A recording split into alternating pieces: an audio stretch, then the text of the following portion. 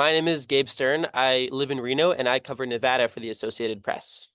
So, Nikki Haley is the only major active candidate still in the primary contest. So, Nevada voters are going to have their ballots, and it's going to be Nikki Haley, people like Mike Pence and Tim Scott who have already dropped out. However, there's also going to be a box for none of these candidates, meaning you don't want any of those on the ballot. That could potentially be Haley's biggest challenger because of the amount of Trump supporters in this state. Republican Governor Joe Lombardo said he's going to check this off as well because he endorsed Trump but is still voting in the primary for none of these candidates. Because we have a closed primary and it will be people who are already registered as Republicans, we know that there's a lot of support for Donald Trump among registered Republicans. It's very likely that none of these candidates would get the most votes.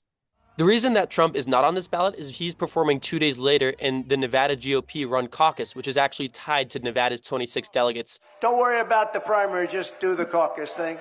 So one of the problems that we quickly ran into is because there were states like Colorado and Maine that had taken former President Trump off of their ballot, that as soon as the sample ballot went out for the primary, when Republicans got that sample ballot and did not see Donald Trump's name, they had assumed that the state had taken his name off.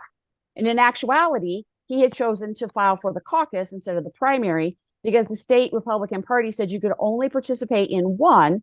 And obviously, if one is how you get delegates, that's the one he wanted to participate in. If Haley wins the primary, then she essentially gets the media attention of technically winning the primary race here in Nevada, even though it isn't tied to any of Nevada's 26 delegates. Right now, she's the only major active candidate on that ballot, so it's essentially set up for her to win.